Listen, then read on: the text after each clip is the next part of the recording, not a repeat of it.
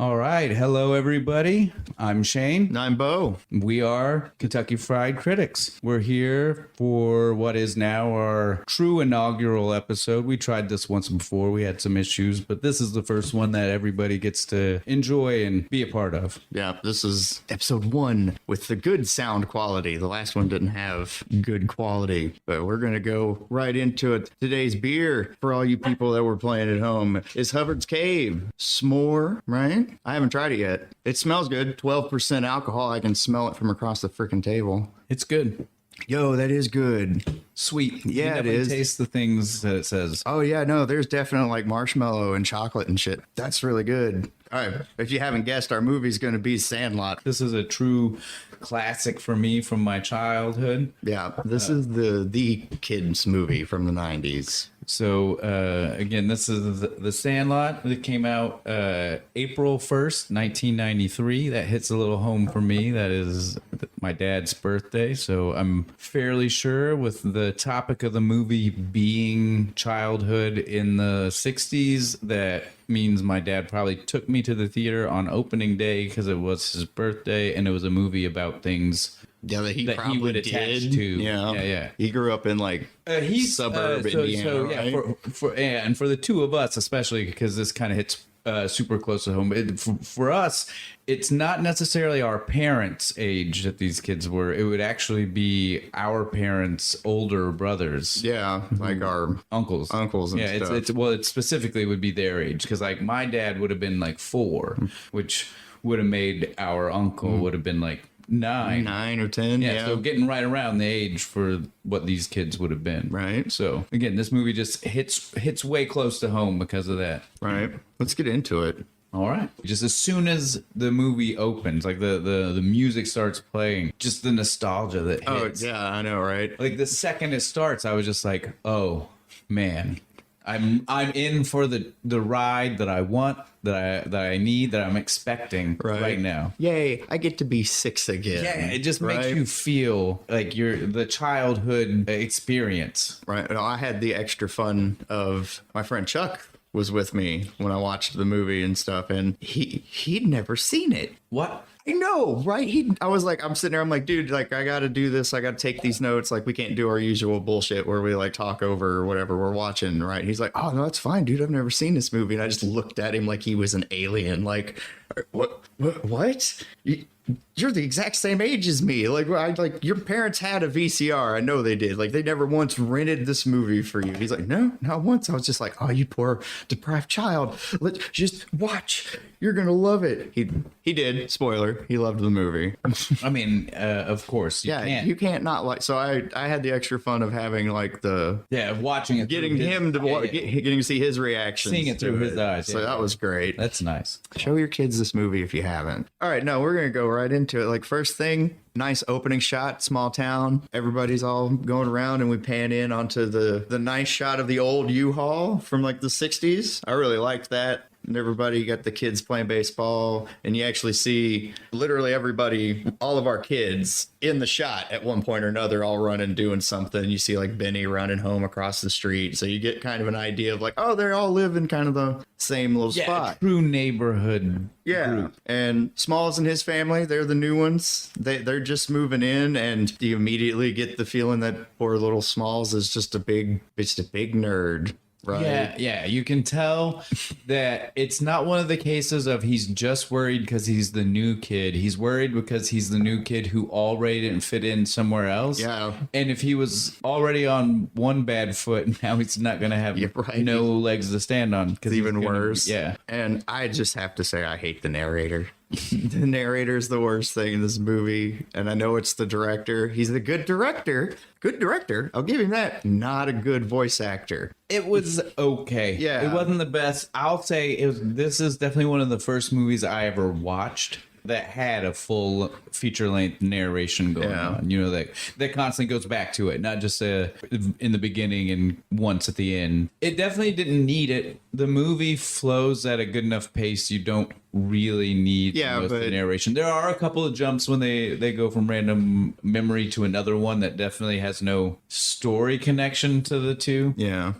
But yeah, for the most part, the narration is a little bit lackluster. Right. All right, so yeah, we get to see the rest of the Smalls family. Yeah. right? And so that's Karen Allen, Indiana Jones fame, Yeah. who again, I don't know why, but just her depiction in this movie, just you feel motherly from her. Like I mean, Yeah. just every time she's on great. camera, you get this like She's moment. great. Then the next person we get introduced into, of course, Dennis Leary as his stepfather. This just goes to show, though, the 90s had a real love for foul-mouthed comedians In children's movies. Well, and not just movies, but being the parent figure. Bob Saget is a key example of a father figure who is Oh God, raunchy. not the same offset as he was before his production, especially when he was doing the cocaine. Yeah. Now that being said, I'll at least go out on the limb and say they didn't give Dennis Leary the full Bob Saget treatment here. Yeah. He's not Mr. Clean.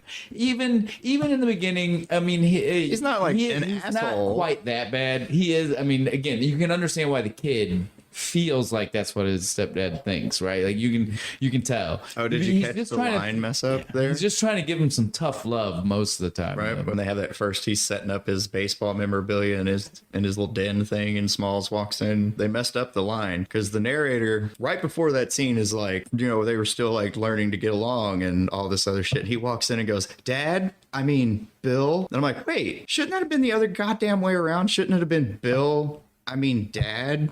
Right? Shouldn't he be reluctant to call him dad? He immediately called him fucking dad. If they were still like, just like, kind of iffy on each other, like he immediately calls him dad. And then later in the movie, they do almost the same thing, only it's reversed. He says he does it the way I said he should. I don't know if it's a flub or it's just more to show how awkward the kid is. I guess, but I just thought it was weird. Like it's just a lot more like, hey, this kid is so uncomfortable because of who the dad is. Again, I mean, it does no matter what route back to the dad not being okay. Dennis Leary is an intimidating man for being 5'11" and 100 pounds. Well, and in this movie, he definitely again just what does he do? I bet he has some kind. They're in Utah. I bet he works for some like government agency, and that's not what they're telling us, right? I don't know. He's CIA, definitely. The presence he gives off is always he's intimidating. Yeah, we don't ask Bill a lot of questions. We don't. Well, we that's just enjoy the the 60s. house. Yeah, it's like we just enjoy the house. That's just the 60s. That's not necessarily him. But yeah, then we get the scene where they decide to play catch. He convinces him to play catch. Yeah. And what happens? He smacks him right in the face. Well, I've watched that scene a lot, and I don't know who I want to blame for the ball to the eye. I feel like he may have done. I wrote in my notes, I feel like he did it on purpose. I don't know though, because the frustration Dennis Leary is showing, he definitely looks just it progresses throughout the thing. So at the end there, I feel like he's like, I'm gonna throw it right at his face, and if he don't fucking catch it, it's his own fault. I seriously feel, because that's something my dad would have done. You're either gonna catch it or it's gonna hit you in the face. There are only two options. And to his credit, he did catch it, but it was just going too fast, and he's a frail boy. Yeah. What a fucking shiner, though. Did you see that thing? Makeup did good on it. Yeah, I'll never forget that scene of using the steak on the black eye. I never did that at all in my life, but I remember always wanting to do. I didn't want a black eye, but the few times I got hit in the eye, whether it was by fist, by something else hitting me in the eye, my first thought was always, I wonder if. But again, am I going to get to tape the steak to my face? But again, how many times do you just have a thawed steak in your fridge? Right. Too? Like again, like that was a perfectly thawed, ready to be cooked right away steak. Usually, that if I have that, it's in the freezer. Started that, didn't they? I don't know. Isn't that Rocky's fault? I don't know. We'll probably get into I that. probably would have had that in my freezer though. You'd be better served with a frozen bag of fucking peas, really. If you ever get punched in the face, fuck the steak. Just get a bag of peas, slap it on your eye. 20 minutes, you'll be fine. I've been punched in the face a few times. All right. And so after that scene, it's time. It's time for Scott to go out, to make friends. His mom tells him enough is enough. It's time for you to meet some people. And she says it's time. You're not sitting in the room with your books and a Rector set like you did last summer, which his room's actually pretty cool. That's what I was going to say. Like, so then we start to see him. He has to make his friends. He goes out. He's got the giant hat. He looks like a shovel. You say what you want, man. I always wanted that hat. You wanted that hat? I wanted that. I don't know why. I know it wasn't cool. I know it was meant to be the thing that they were making fun of. Yeah. But I loved the giant build hat. I always wanted this giant build hat. You say what you want. So then he slowly starts to meet all the neighborhood kids. We've got Ham, the great Hambino himself. Yep. My favorite character. Squints. The Tommins twins, Repeat and Timmy. Yeah, it's one of the I think two. it's Timmy and Tommy, and the other one, the little one, repeats everything he fucking says. And then the tall guy with the glasses, who again, it's a weird name, and I never can remember. It's Bertram. I wrote it down. Thank you. I'm glad you wrote it down because I meant to, and that's what I was just trying That to poor look kid for. has like nothing to do in this fucking movie. He is barely there for any of it. Right. He's in background shots for some, like, he does some good reaction scenes. Yeah. That's what he's kind of good for. He's good He for has some a good really reaction scenes. They have a great. I don't remember where it is in the movie, but it's a great cut. It just cuts over to him, and he's just goofy laughing, and he's just like. I kind of feel like the only reason he's there is because they were like, we need another kid who doesn't make Benny look like he's 5 years older than I everybody know. else. I wrote in my note. I wrote down. I was like, Benny looks 16. Yeah, no, But he's the nicest fucking guy. you can tell. Yeah, no, he immediately goes, takes Smalls under his wings, like, oh, we're gonna go play some ball. And when he sees that, His gloves all busted because he's sitting out on his porch with his big shiner. I don't think I can play. My glove's busted. Because it's plastic. Who makes a plastic glove? That must have been just a 60s. It was a toy. No, it was because it was again, not in the aspect of baseball or toy, So like a but wiffle like that ball is a glove. toy. Yeah, that is a toy. It was not supposed. That was what they were supposed to be getting at. Is that he was literally playing with a toy version of a baseball glove. It was not a real baseball glove. I just never seen one before. You find them. They're weird. Again, it is a toy. It was never meant to be played real ball with. Yeah, then we got Kenny DeNunez. That's who we were forgetting. Yeah, that guy. So The other kid who looks like he's like 15. So again, he is in Mighty Ducks 2. Him and Benny are both in Mighty Ducks 2. Nice. Benny, of course, being the kid who can't stop. Yeah. He always had the speed. Yeah, he goes really always fast. has the speed. Always has the speed. But no, they start playing. Benny tells him go. It's super funny because he's like, yeah, go left center. And he's just like, okay, where's that? He's just like, do you know where the outfield is? He's like, yeah, it's over there. He's like, do you know where left is? It's like, yeah, then go over there. He goes too far. Yeah. He's like, no, over there. Yeah. Well, again, at that point, it's totally on Scott because he wasn't paying attention. Because again, it was left center, and he said left, and so he just ran far left. And well, that's on you, kid. Even you should understand what you more than anybody. You're supposed to be the nerd. You're the nerd. You're the smart. You should have understood that left center meant in the center, slightly to the left. It's okay. He got frazzled, and he's just. I know. And then he's just Benny starts to walk away, and Scott's just all like, "How do I catch it?" Benny's cool as fuck, dude. He just turns around. He's like, just stick your glove up in the air. I'll take care of it. And then just goes up and easy as you please, bink, right into the kid's glove, and it's all slow mo and epic. And he's doing the whole. His eyes are closed, and he's like, please catch it, and smack right into it. Then it's like, oh shit, Benny's like some super mega ultra badass. Yeah. They set up way early on that we were supposed to know he is like the superhero of baseball. Yeah, he is our mythic hero. Yeah.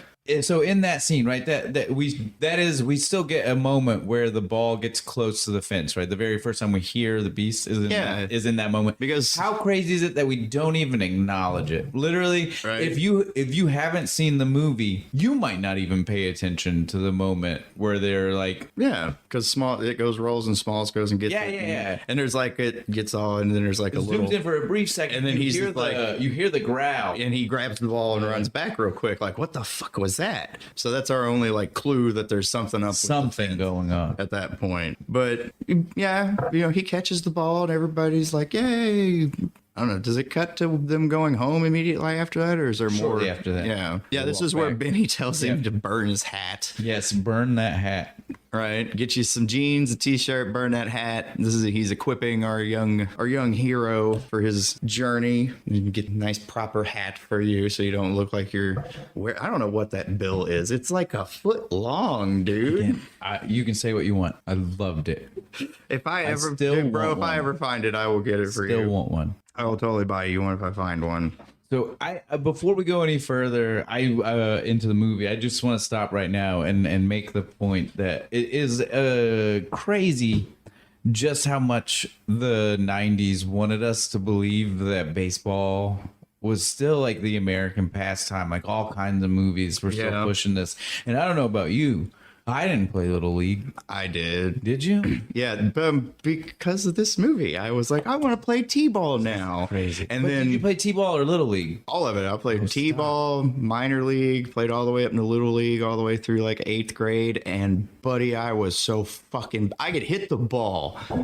I was ham. I could hit the ball, but I sucked at running. I sucked at catching. Well, you shot everything I was going to say because I personally, I maybe knew 1-2 people that played Little League, and that's it. Most people I knew didn't. Well, you grew up in Indiana, maybe that's Well, no, I different. grew up all over, Well, yeah, you moved a lot. which actually would technically increase the odds that I should have been finding people playing baseball. Mom thought it would help me like lose weight, I'm sure. 'Cause I was a little pudgy kid, which made I hated it because like I'm fat, I got short legs, and these other kids are all fast and shit trying to run the base, and I got this dude literally right fucking behind me, and I'm trying so goddamn hard, just chugging along, and he's right there, and I'm like, I can't go any faster. Yeah, I didn't like playing baseball. The end of my synopsis. I forgot where the hell we were in the movie now. I think they immediately go back to the next day at the It's thing. because most of it is Most just of it's the at the baseball Sandlot. at the Sandlot. Yeah. No, the next big thing I have a note on is the sleepover scene. I know that. I mean, we get there pretty quick, but I feel like I've definitely. No, right before that, the scene where Ham. Yeah, the Great Bambino. And he Great Bambino. he hits the ball over the fence, and Smalls All right, is so like, then let's just start right there. yeah, Smalls is like, I'll get it, because he doesn't know. He's the new kid, and he runs because everybody's still beating on Ham for fucking hitting the ball over the fence, and Smalls goes to jump, and then they all see him, and they all no, and run and fucking grab him like he's trying to jump over the Berlin Wall, right, and pull him back. And to Smalls' credit, he tries to fight him off. He's like, what are you doing? Get the hell off me. Knocks the ball right over the fence. Right, he called it too. He pointed. I love that this happens this time, and because they called the sleepover so fast, we don't even get to address the baseball that we do later on. Like the reason why that was going to be the end of the day. We don't talk about it because they just instantly are like, oh yeah, sleepover. Cut to sleepover. Yeah, that makes it okay that we lost the ball. But, they kept count. They lose like 4 balls. It's a bunch, which the money they must have been coming up with constantly to get these balls. But so then we get to the sleepover scene. The reason we're here, the reason we're drinking some s'more beer is because of s'more. How can I have some more of something if I haven't had any yet? You're killing me, Smalls. Oh, the truly beautiful little scene. It's great. I love the moment right after that. Right. I would have written it all down. It happened too fast. I didn't want to rewind it that many times. But then Ham gives the most elegant, eloquent explanation for how you make s'mores, and it's short. It's not like it's wordy. It's not like it's got a lot. The gram, and then you take the chocolate. You take the chocolate and you place it upon the gram. Now you take the mallow. Toast the mallow. Place the mallow upon the chocolate, gram, and stuff. Some more. S'more. No, it's the best. And then immediately after the s'more, We get the cool story. We get the story, which also has literally my favorite and most quoted line ever. Not just from this movie, ever. Right. And it's until forever.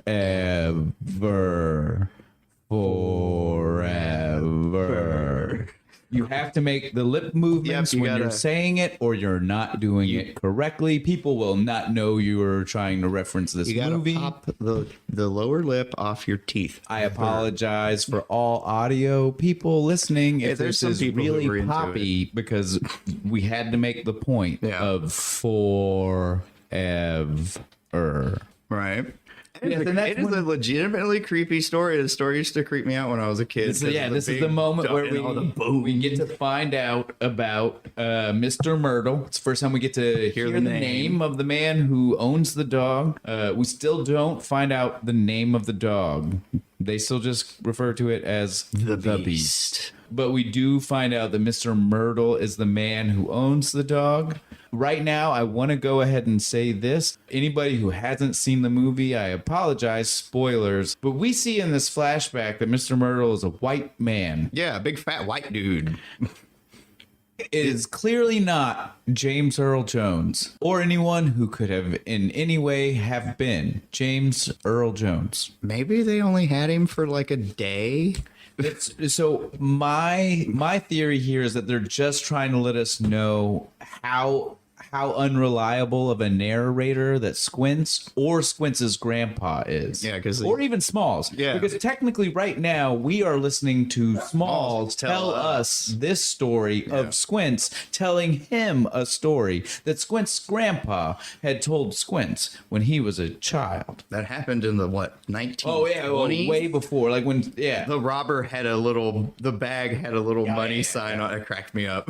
And so I think we're just supposed to know that there are a chain of unreliable narrators. Yeah. And that's why this information, but it definitely stood out to me upon this watching. I don't know if I've ever paid attention any other time I've watched, but certainly this time, as soon as the flashback started, I was like, who is this man supposed to be? Me too. I definitely know that that's not what Mr. Myrtle looks like. No. Yeah, so then we find out that the Beast has been according to the story, has been killing people. Yeah. And is now under house arrest, under the house. That's what that big ass chain is for. All right, last time, guys. Yeah, we're not gonna do it again. And again, the way this movie works, we just immediately skip to the next beat. Like this movie moves. On we go. Yeah, it this just movie goes. Just moves. It's not worried about taking time. Yeah, it's not worried about taking time. They do not set up one moment to the next. They just that these are kids playing baseball every day. Yeah. So they don't need to explain to you what's going on. They're just going to show you the field. Yeah. So yeah, we leave that. The next day is the day that they're out playing ball, and it's just too stupid fucking hot, right? Too hot. And so everybody's like, we're not going to play. We can't do this, Benny. I don't care. No, it's funny. Benny's just like, if you all want to be a bunch of little girls and stuff, and everybody's just like, yeah, I'm fine with that, dude. It's way too hot. Hands up from the beginning. I'd have been that kid. Right, me too. Me and heat don't equal. Fuck no. So yeah, the moment after that's where the only thing you can do, and I mean, again, this was even true of my childhood. Oh, fuck yeah. If it's too hot outside, the only thing you can do is swimming. You go to the pool or the lake or whatever the place you can go swimming at is the place you went swimming on a day like that. And so they go to the pool, and it leads us to the greatest moment ever. I love fucking Squints. Where we see Squints go for his uber crush. Wendy Peppercorn. Oh, Wendy Peppercorn. When I tell you every one of guy in that existed who saw this movie has been at a pool and seen a hot lifeguard and thought to themselves, I'm going to try. I'm going to do the Squints. I'm going to be the guy who does it for real. And it's going to work. It's going to work for me. None of us ever do it. No, we all think it, though. We all chicken out. Yeah. So none of us can actually say if Squints is right or wrong. Because we all don't have the balls that Squints has. Yeah, Squints is more of a man than me. I have no problem to say this. For real. No, I did write in my notes. Squints is the creepy kid that gets caught in the girls' locker room in high school. Say what you want. He's a legend. Yeah, he is. And apparently, kid's first kiss. Like, legitimately in real life. That's even better. Right, isn't it? That's a story that will live on. Yeah, no, it had to have rubbed off. I watched an interview with him, and his wife came in, and she was hot. So He's had game from the beginning. All right, and then so They then get kicked the fuck out. they get told that they are told you have to leave. You are no longer allowed back to the pool. Not just that summer. They got a lifetime. We didn't actually say what he did. We just said he was a legend. Okay, stop, cut. We're going to back. get back. So he was such a legend. He faced drowning just so that way he can make out with Wendy Peppercorn. Pepper. Pepper? Get it right. I'm sorry. But yeah, he's truly a lucky man. Right? She pulls him up out of the water, and everybody's selling it. Or, well, no, actually, the other kids don't even know what he's doing. They're just like, dude, it's like Squints is dead. Yeah, well, only after the moment, because he did turn. He turns and looks at him. He's just like, eh. And then they all know. yeah, and they're like, But it happened so fast. Yeah, they're like, what the fuck? And then he goes for it, and buddy, she is mad. They get kicked the fuck right on out of that fucking pool. Is it forever or is it just for that summer? No, it was a lifetime ban. A lifetime ban? They're never allowed? It's okay, though. She totally smiled back at him. Because, well, that's what they even said. They said literally from that summer on, not just the rest of the summer. From that summer on, anytime they walk past the pool. Yeah, she smiled at Squints, my hero.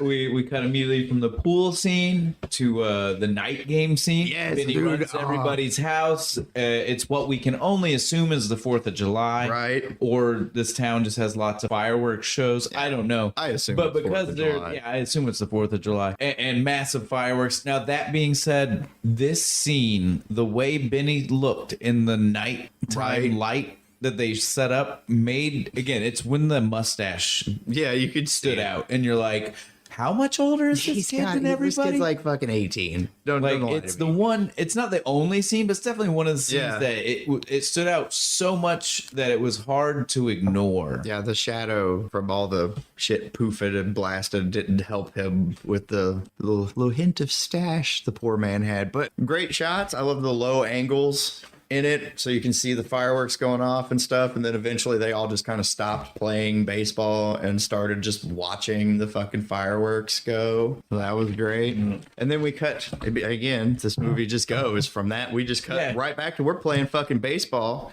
And this is the one where Benny gets in the pickle, right? Where he's running back and forth between home plate. And then I'm pretty sure this is where the little minor league gang fucking shows up. Yeah, this is the best and then shit. after that, we cut to their game against them. Yeah, this is the insult scene. you play ball like a girl scene. Yeah. Actually, I think the insult before that was actually worse. The one kid, he's just like, you bob for apples in the toilet. Yeah. And you like it. And I was like, oh, god damn. Yeah.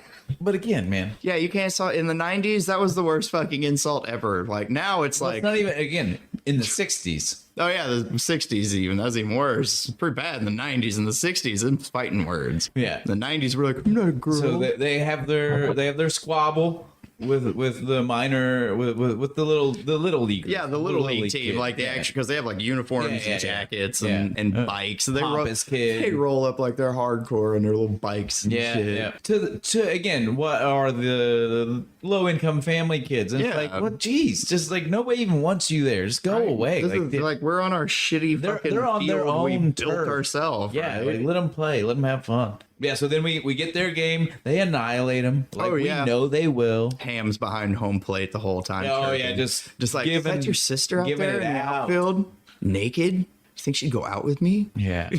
But so they win, and of course, coincidentally enough, the same night that they win this game is the night there's a carnival in town. So they yeah. can really Celebrate! And they do. They live it up hard at this carnival because Bertram, thank you for having that in your notes. Yep. Bertram brings some chewing tobacco. Yep. Some fucking big chief. Some real chaw. The best. And they take big handfuls. It's outrageous. And then they all get on The tilt the world. and tequila plays. And I have to say, as a kid born in the 80s, I know that it's just because this was a song that was popular then, it's in in the 60s. all kinds of but fucking when I movies. hear tequila as a child of the 80s, I can't think about anybody except for Pee Wee Herman. God bless Paul Rubens. Rest in peace. Rest in peace. But yeah, so again, as soon as I hear this scene, it's it's a masterfully crafted scene. They made this movie because they wanted your parents to take you to it. Yeah. And this is the scene where you as a kid in 93 or 93. Yeah, it's 93. You were going to be a kid who has parents who would have been alive in the 60s, so they would know the song and like the song, and you're going to be someone who loves Pee Wee Herman. Yeah, because you're going to love Pee Wee Herman. And he loves this song. So again, the masterfully thought out ways this movie tries to make sure to entertain both audiences that it has. Yeah, but they get on the tilt-a-whirl with big mouths full of chew, and they're just chawing away, having a good old time for about 35 fucking seconds. Then everything goes bad. I want to say, I've had chewing tobacco one time in my life. I was 16. And I had the same reaction these kids did, and I wasn't on it tilt-a-whirl. Yeah, so no, I understand. Yeah, I totally don't get judge it. them. I don't like chewing tobacco. It's gross. Not a fan. Never would have been my thought. I've done it more than once because you're out. And there's no cigarettes, and somebody's like, "Well, I got some dip," and you're like, "Well, I mean, I ain't had a cigarette in like 6 hours. Sure, I'll try it. Shit's gross. It's not good." But yeah, they all throw up bad. Horribly. Like they ruin everybody else's night that's at the carnival. 100%. Everybody in that town talked about this for the next decade. Right. The night the baseball kids threw up on all of us. Right, just spewed all over the tilt-a-whirl. Again, we cut from that night to yet another. Again, this movie really just goes to show you like how a child's summer feels. Yeah. Like it's literally just one big moment to another big moment. You don't remember the small stuff. You just remember the big thing. Yeah. And so our next big thing after throwing up at the carnival all night is the day they busted the guts clean out of the ball. Right. Epic slow-mo of the ball. Right. Again, Benny is, like our Greek hero in this fucking movie. Look at all the great feats he's achieved. Strength. He knocked None the is guts better out of the than ball. Benny. Oh, Beau. Now, but this is the moment, since we don't have a sleepover to cut to, where we get to find out what happens on a day they lose the ball or they break the ball.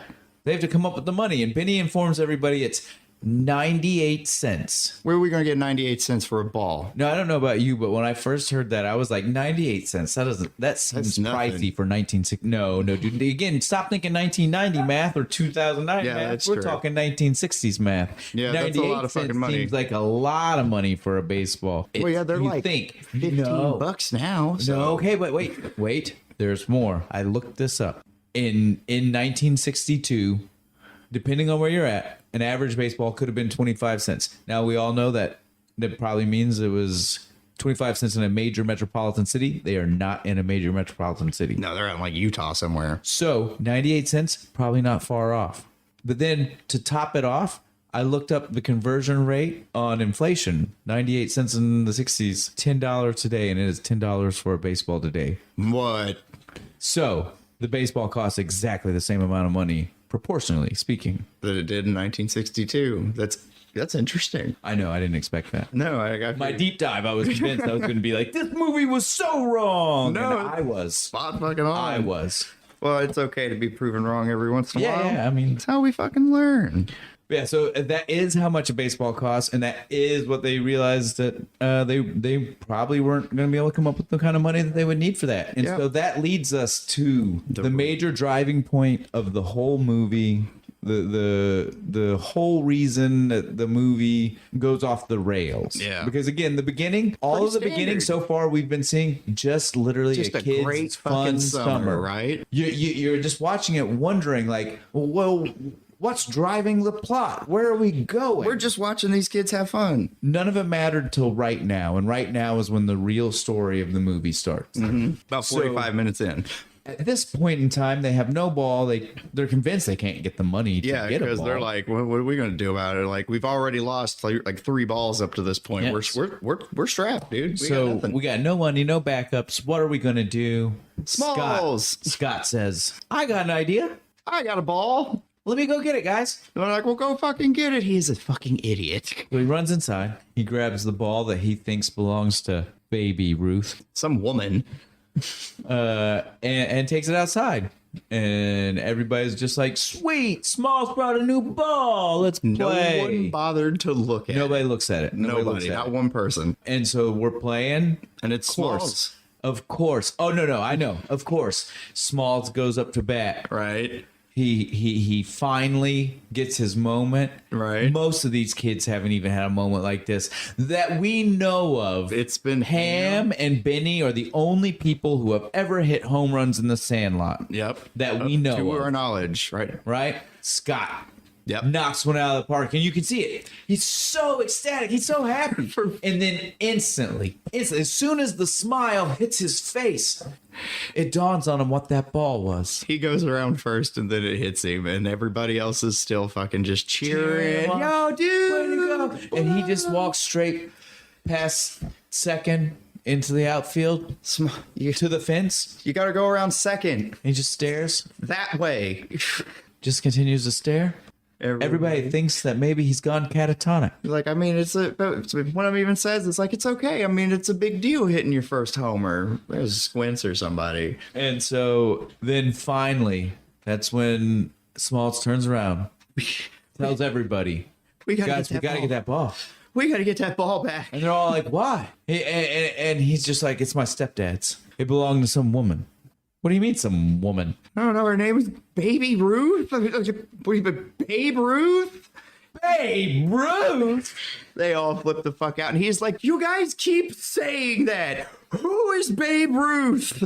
And then for the fifth time, we're like, "The Sultan of SWAT, the King of Crash, the Colossus of Clout, the Colossus of Clout." The Great Bambino.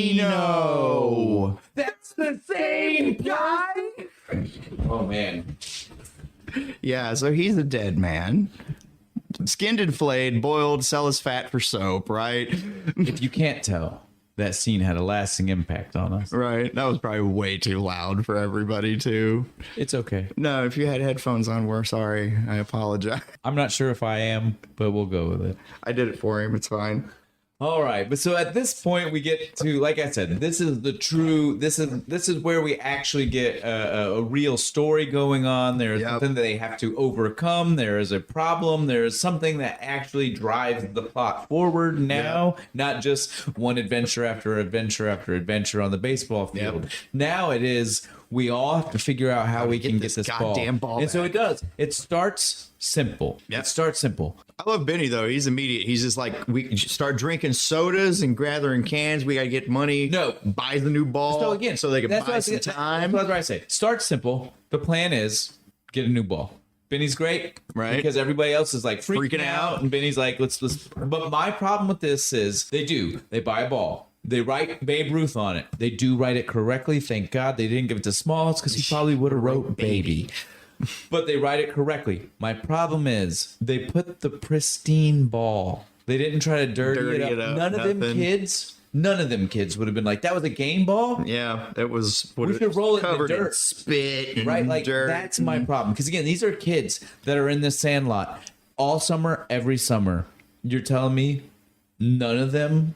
Not one was like, shouldn't we rough that thing up a little bit? Well, I think somebody says something and somebody's like, well, his mom's not going to know the difference because his dad's off on some stepdad's off on some trip. But that doesn't make sense because his mom is the one who tells him earlier in the movie, like, oh, that's Babe Ruth's ball. No, not earlier. It's about to happen. Oh, no, yeah, that's right. When he puts it the back ball and it just back. She sees him and she says, no, he even says that because she gives him this speech about, do you know whose ball that is? Right. Babe Ruth's. And then he, in narration, was like, as if I didn't feel bad enough. Right. Even my mom, a girl, knew Babe Ruth was.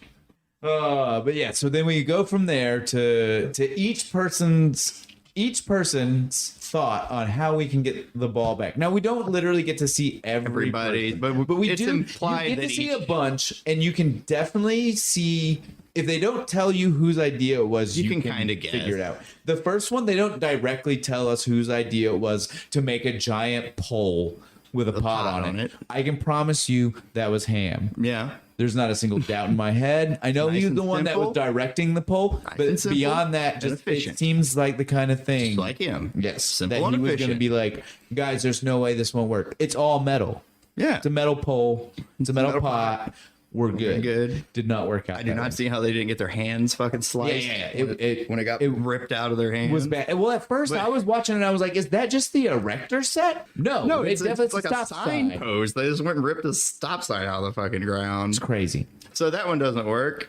Yeah. and then like we upgrade each time we do something. We're gonna go to the vacuums now. The vacuums, which again, I love, and I loved as a child, like the thought of doing just this. hooking a bunch of them The together. actual science behind something like that working, though, never. No. How are they making those things work together? How did they connect the hoses all together? Did they There's a just reason we cut don't get to holes see and this. Splice them to Yeah. But beyond that, now's the one moment I definitely have to say and point out. There was a hardcore continuity flub or just mistake behind the scenes. Yeah. They're going to do the ball with the vacuums, and they show us a far out scene, and they show us zoomed in. Yeah. Literally, the thing is It's hovering right over the above ball. the ball. You can see the string, and I'm not talking like this is not like one of those like you watch some movies and it's a clear plastic string. Yeah. They're trying really hard to make sure you can't see. No, it. this is yarn. This is like black. It's Right. it's like thin black rope. Right. It's not string. I don't know what they were thinking. I don't know how I didn't notice this as a child. I don't know if it was the lens of It had to have been. a child nostalgia going on, Shitty. or if it's just bad tape. Because Yeah. back then I would have watched it on a VHS on a tube TV, and today I definitely watched it it was on a OLED screen, 4K output. I don't know what the real culprit here is, but I definitely know that you can tell that something is pulling that ball. Oh yeah, little column A, little column B. It's all the same because we were kids. They hid shit all the time because they knew how bad the cameras were back then. They're like, nobody will fucking notice. It's fine. But so the vacuum problem backfires. Yeah, because they do pick the ball up. Yes. But then the beast the comes vacuums- and pinches the the tube. and literally backfires. Oh, yeah, it blows up. on Timmy or Tommy, whichever the younger one is. Yeah. And he comes out with his little speech. We have totally underestimated this dog. Yeah, no, I loved when the thing exploded and they're all diving off. Like the stunt double for Benny is absolutely fucking shredded. There's clearly two adults doing this, right? But like again, shit you wouldn't notice back in the day on a VHS. But now on my nice phone, oh yeah, dude, I'm like, God, that guy's fucking ripped, buddy. He's fucking rocking the guns. And the other kid's got the fake wig that looked like it was falling off in mid shot while he was flying through the air. Yeah, good shit. But yeah, now this is where we're not fucking around anymore, right? We're bringing science into this shit. We're gonna sacrifice. Yeah. So the next one is when we decide we're gonna. It's like they've got a swinging kid and a pulley system, but you never see a pulley. I know. I wrote down. I was So like, is it how just long did rope it take around to a set branch? this? But that would never have worked the way. 'Cause No. again, this is like sliding Well, and they've got the like bicycle three-dimensionally wheel thing. It was weird. Again, but yeah, we were that's- never meant to really know how this. Again, it wasn't really supposed to work, but it is insane to watch and be like, But what? yeah, we're But so we're the gonna flying sacrifice kids- Yaya to the dog now. Yeah. But yeah, so it does not work. Shock to nobody but those kids. Apparently, this was shot differently originally. This was supposed to be that kid's last scene. Like he was supposed to get so scared he shits his pants and like waddles off the Sandlot, and we don't ever see him again because apparently he punched one of the other kids when they were all fucking around. I think it was Bertram, the big tall kid, and I think that's hilarious because he's super small, right? And I'm like, yeah, I know guys like that, little tiny little motherfuckers that'll fight at the drop of a hat. He's giant now. Did you see him? No. He is gigantic. But yeah, it doesn't work. We pull Yay up, and he comes up.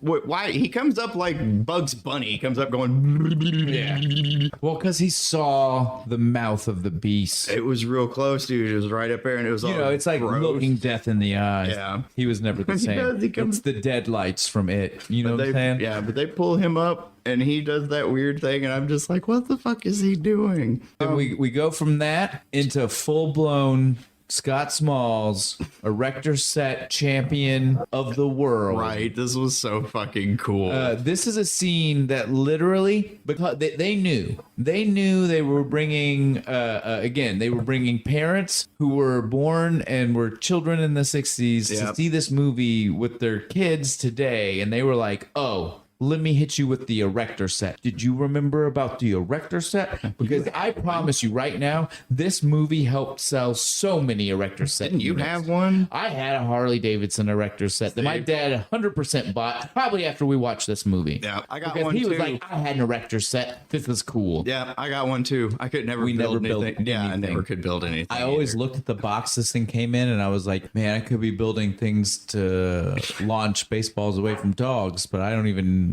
see the parts. I don't know what I need to do. I don't see a scoop. I don't see a fucking because like, again, thing. None of the things that Scott Smalls built with are things that came in modern day erector sets. I don't know if they came in ones that were came out in the 60s. But I 100% know that they did not come with erector sets that were made in the 90s. No, but he had like a radio tower that he freaking built. I mean, that was just him, dude. They just dropped that thing. That was just him. Yeah, it was just in his yard. He's just an engineer. Yeah, just had it laying around his backyard. That's from last summer. That's what he built last summer. It is. That's what his mom said. Right? That's what his mom was bitching at him about. But this is the coolest shit. They dropped the big, huge erector set ramp, and they have a remote controlled Mars rover thing. And the plan is we're going to drive it down, and we're going to scoop up the ball, and we are going to catapult launch that thing across the fence, and Benny and Nunez is going to catch it. But it doesn't work. They get real close.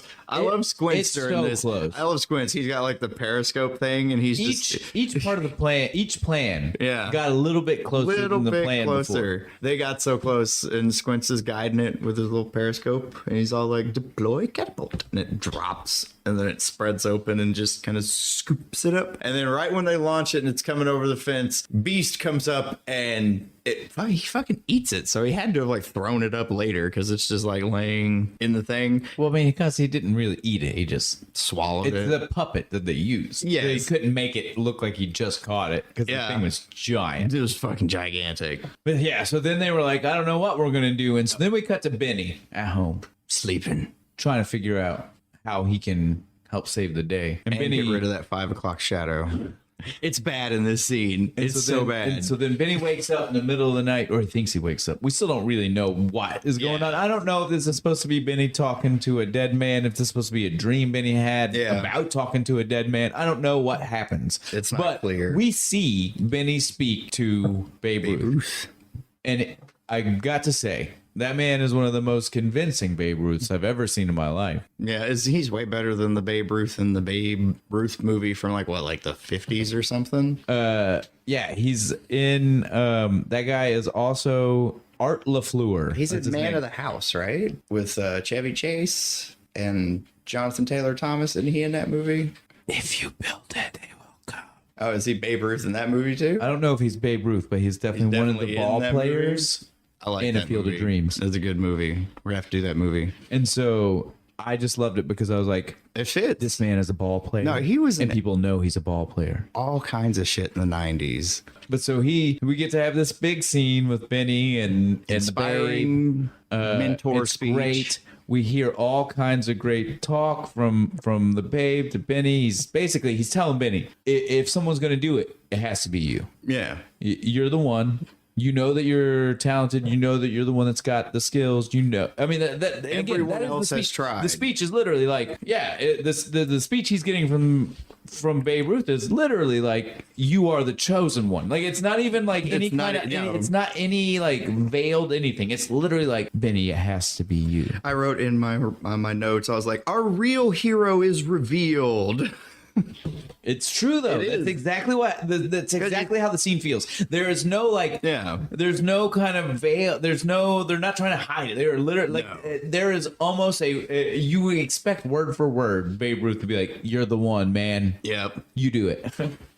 But so Babe Ruth. Now that being said, though, the Babe does utter the most important lines of this movie. They're going to echo throughout time. If this didn't touch you when you were like a kid, like this had to have resonated with you somehow. Heroes get remembered, but legends never die. Right. What? Chills, dude. I'm telling you right now, Babe Ruth just laid down some straight knowledge Right. to Benny with that one. And he's all inspired now. And so at that, Benny knows what he needs to do. So we, again, much like the rest of the He movie, gathers up everybody. well, much like the rest of the movie. Cut to next. Yeah, just next scene. We're done. Scene That was over. it. He talked to someone who's dead. The dead man made a few weird statements. Yeah. Yeah, so where the next day he's gathered everybody up so that way he can say, "Guys, I'm just gonna go. I had a dream. I can do this. I'm gonna run in. The Babe told me I can do it." And he drops the shoes. Brand new pair. PF Flyers. Flyers. I wanted these so fucking bad. I did too. Literally in my notes, right there. Always wanted a pair, never got them. I am an adult who could buy them, and they are available right now from Shoes for Cruise. Nice. If you've ever worked for restaurants, you know what I'm talking about. Yeah. Shoes for Cruise has PF Flyers you can buy. Look like the movies. They are literally solid black, black on black, because that's the thing. Other kids in the movie have on Converse. Other kids in the movie have on other pairs of PF Flyers. Benny's are black on black PF Flyers. And these were guaranteed to make a kid jump higher, run faster, and just all around be better. And I wanted them so fucking bad. I mean, they are what they are. I think the closest I got to was like Converse, but I was little and I didn't know the difference. I mean, really, you're splitting hairs at that point. Yeah, they're both thin-soled canvas shoes. Is that why they're called Converse? Canvas. No, it's just a name. But then Benny's going to go. He's going to jump over the fence and he's going to get that goddamn ball. And we have the good, the bad, and the ugly music. Wait, but before he even goes, though, I want to point this out. Literally, both Benny and the rest of the kids from the Sandlot are all like Benny's talking to them like he's not coming back. Yeah, like he could die doing this. But my only problem with that is, how was Benny supposed to get them the ball if he was gonna die in the process of getting the ball? Lob it over the wall. I guess that's in its final death throes, he throws it gallantly. Well, but see, that's my only problem. Like, again, I don't care. They're kids. Yeah. Kids definitely think about things like this in life and death. That's not a problem. I can believe that. I can't believe that that there was no thought about, if he dies, how do we end up with the ball? Right. It was dramatic, and he was being heroic, and all of his friends were all like, "Man, Benny's so fucking cool." All right. And so then that leads us into what I swear just feels like the longest chase scene in any movie ever. It goes on for fucking ever, but I do like that it's Wipeout. I have no problem with any of it, and I loved it as a kid, Right. And I kind of loved it as an adult. No, as an adult, I love it more. It went on for so long. No, as an adult, I watched that scene and I understand. He jumps through the Wolfman. Yeah, and then I popped for it. I was like, "Yay! I love that fucking movie." But as an adult, I watched it and I was just like, I understand exactly why we as a generation, like millennials, enjoy the jokes like from Family Guy where they just say the same thing like 800 times. Yeah. It's because of scenes like this where this chase went on forever. Yeah, like you're like, oh, it's surely going to end now. And we were just 8 years old. Like, no, of course it's not. No, It's there's gonna go music on changes. It goes through Wipeout, and then there's another where he's like running through. Well, then you hear the overtalk of Wolfman. Yeah, and then it cuts over to like the picnic, and it's different. It's the music, and then he's like, he runs past his buddies and he's like, get back to the Sandlot. And this was so weird. Did you like, why does Squints look directly at the camera and go, we gotta go to the Sandlot, go? Like, he just said that. It's the only scene where they do that. I don't know why they wanted to break the fourth wall. If they had done it before and then we had seen like a zoom out where we saw which kid, so we knew that he was supposed, like, we just literally, but there is no scene in this movie where we're seeing first person from anybody's point of view. So it's really weird for us to cut right there to do it then. Yeah, it was really weird. But they all run back to the Sandlot. And Benny's hoofing it. He's getting tired. And the dog's right behind him. And it bites him square on the ass. And he gets a little boost of speed because, you know, naturally he just got bit in the ass. And jumps clean over the fence.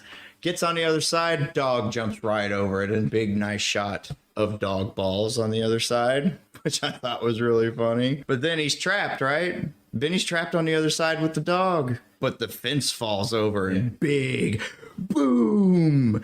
And not one time at any point during all the screaming, literal explosions, the fence falling over, dog barking, does the owner ever once come out of his house to see, like, what the fuck is going on? Not once. But the dog is trapped under the fence now, and Benny has the ball, and everybody's just kind of like, oh, well, what do we do? And then Smalls is like, well, come on, guys, we got to get the dog out from under the thing. And he's trying, and everybody just kind of stares at him, which I thought was like, well, fuck you guys. I mean, I know you don't like the dog, but Benny goes and helps, and they get the dog out, and he just pops right back up like it's nothing and gets right in Smalls' face, and you think he's going to get attacked for a second. And then it just starts licking him, and he's just a nice puppy. Not a beast at all. No. It's part of the moral of the story. Yeah. Don't judge a book by its cover. The dog likes balls. The moral of the story is just knock on the neighbor's door. For real, though, which I want to add, he answers immediately. That soft-ass knock at the door. That's what I'm saying. Brings him to the door, but none of the explosions and shit did. All you need to do is knock. Yeah, just go be like, hey, can we get our ball back? We've all had to do it. It sucks. It's embarrassing and, you know, awkward. But, you know, just knock and, hey, we hit our ball in your yard. Can we go look for it? And they're usually pretty cool about it. But then we wouldn't have had a movie. Yeah.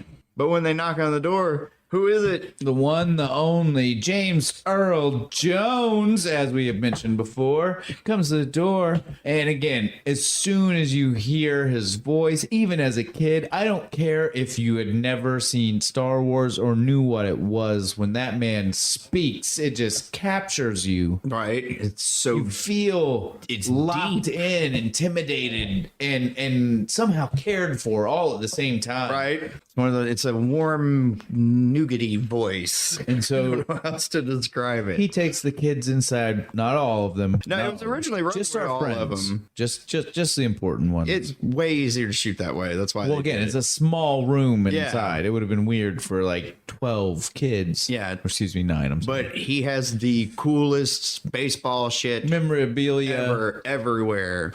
Real stuff too. They went to a baseball museum and went and gathered the stuff to dress the set with. So I thought that was cool. And then he proceeds to tell the kids, hey, don't be mad at my dog. Yeah, like, it's not his fault. He's just not used to people. Right. He just takes care of me. Personally, if I was Benny, I'd be real mad. I was like, he bit me on the ass. Like, look at my ass. He asked for it. He could have just went to the door. That's true, I guess. He could have just asked. Again, the moral of the story. Knock on your neighbor's door. James Earl Jones even says that, doesn't he? He's just like, why didn't you just knock? I'd have got it for you. Thank you.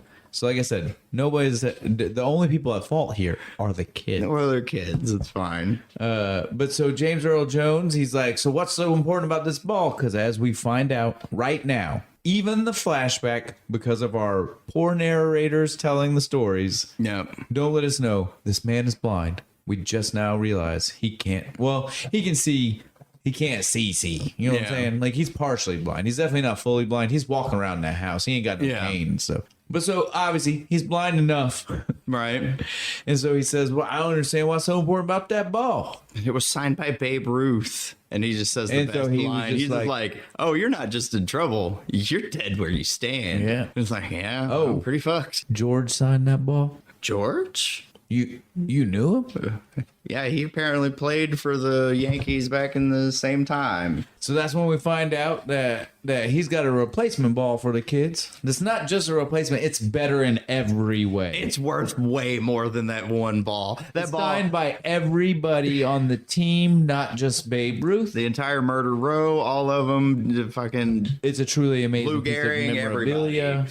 And easily worth 3 times whatever the other. and so that's when he says, "Yeah, I'll let you take that ball. You just give me your ball." And they're come over and talk baseball. yeah, and with talk me. baseball with me. And they're like, "Well, but why do you want to keep this ball?"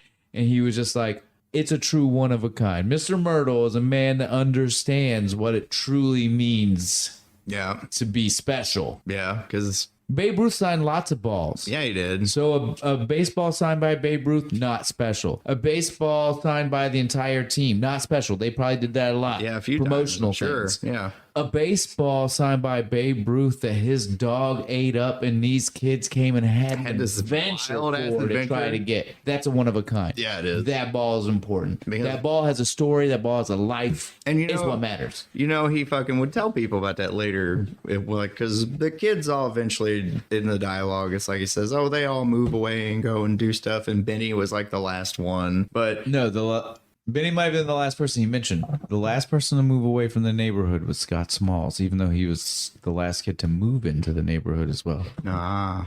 Sorry. Yeah. It's in my notes. Yeah, we get the cool. Yeah, so at that point, ending. the movie's basically done. At that point, we find out where everybody went. We get a nice wrap up. We find out that Squints is married We to get Wendy the Stand By Peppercorn. Me ending, Yeah. but it's happy. Yeah, it's really actually happy for everyone. Squints is married to Wendy Peppercorn. They have 9 kids. Was it De Nunez owns like a Lowe's, like a home repair store? repair Yeah, store. yeah, yeah. The But- twins yeah. design tree houses or something. All these people, I can't remember. Bertram Thank you. disappears during the 60s movement. Exactly. I was just about to say. I was like, I was gonna say I don't remember his name, but I do because Beau came with the notes. Yes. Thank you. But yeah, Bertram disappears into the 60s. Yeah, he got Nobody way does. into the hippie That's the only one. movement. Just- They all know where everybody else ended up, but Bertram. Ham became a professional wrestler, which speaks to The me great personally. The great Hambino. Hambino. I gotta say, as a kid with the last name Ham, when this movie came out, I was not a fan of the nickname because everybody was like, "Oh, you're gonna love it. That's your name now."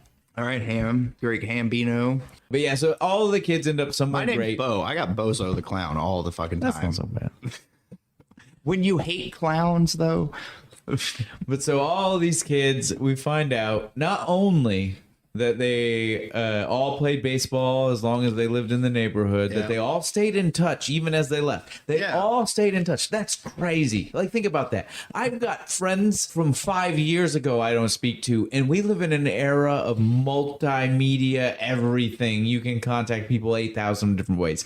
These are people who it was 1960 to 68? 1970. Yeah, something Give like it at that. the latest. Yeah. That's literally putting some of them not leaving until they were 18 to 20, right? Still keeping in touch with each other by mail, Right. by Just phone, writing fucking letters and calling each other. shit. And I at think the we end all of the movie. need to take a lesson from that. Yeah, for real. Just stay in touch with your boys. But we go to the future. Benny has become, as we figured, a Pro ball player. Yep, he's doing the old pickle where he's running back and forth between third and home, and Smalls is the announcer. He's announcing his boys' game, and he is pumped, and he's still wearing that stupid fucking hat. The coolest hat in the world. No, it's stupid. I hate that hat. It's the coolest hat in the world. I hate it so But much. so we even last scene of the movie we get Benny looks up, gives a little salute up to his best buddy Scott because those two are still real good friends. And that's the movie, and it's over. And That's been Big the Sandlot, celebration. everybody. That's the Sandlot as we see it. yes, this is our reaction to the Sandlot. This is really like a review. No. This is definitely not a review. No, this we is just- 100% a reaction. Yeah, to the this is how we just watch the movie. We watched the movie, and we're hoping that if you figured out what the movie was, you watched it. Yeah. And now you're just listening to us talk about it. Hopefully, if you got real creative, you decided to try the beer. That's part of why we want you guys to see what we're drinking, what we're going to have for the next week. We want you to see so that way maybe you want to join in with us. Yeah, come play the game. Have some. Yeah, and oh no, I recommend this. This is good. And 12% alcohol, dude. I'm a little. Yeah, I'm feeling toasted like a s'more For right real. now. I am a toasted mallow right now, and I'm happy about it. But it's really good. I'm gonna drink the last bit of it here. All gone. Good stuff. Well, all right. Now that we're done with the movie, all we got to do here is a little bit of wrap up and getting ready for next week. So first thing we want to go ahead and let you guys know is next week we're going to be drinking ourselves a beer. Yeah, tell them the next beer. So another beer this week. Again, just so that way you guys understand, it will not always be a beer. It might usually be a beer. Yeah, 'cause they're beer is a easier little to bit find. easier. It probably is always going to be an adult beverage of some sort. Yeah. And so beer just a little bit easier. Beers have names. We can drink them in the hour and not be too messed up to talk to you guys. Yeah. That being said, we do have some special plans for some episodes that will involve some stronger drinks than just a beer. Yeah. But our next episode, we're planning on drinking Zombie Dust. It is an undead pale ale by Three Floyds Brewing Company. Play the game on Instagram. Try and guess what the next movie is. And yeah, that'll be fun.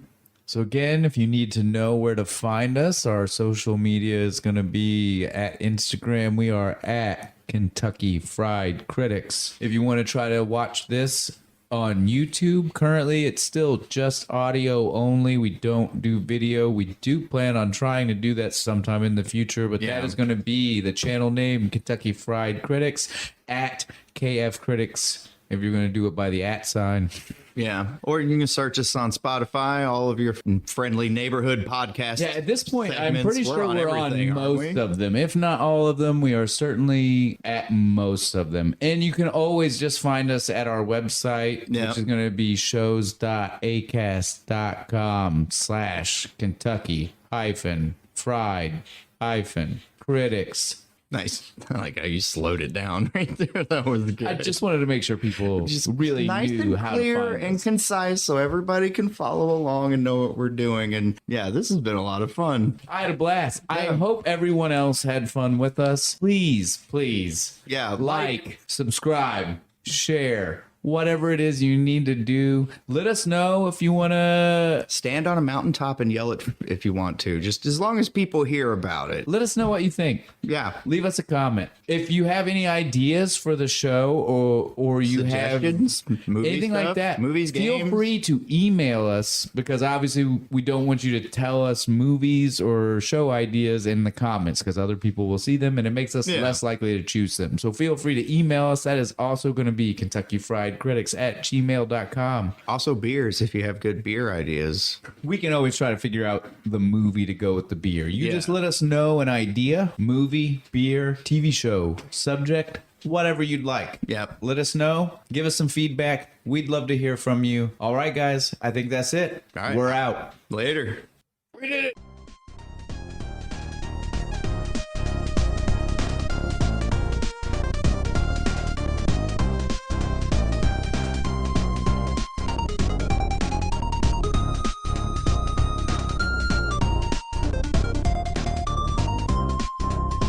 Forever.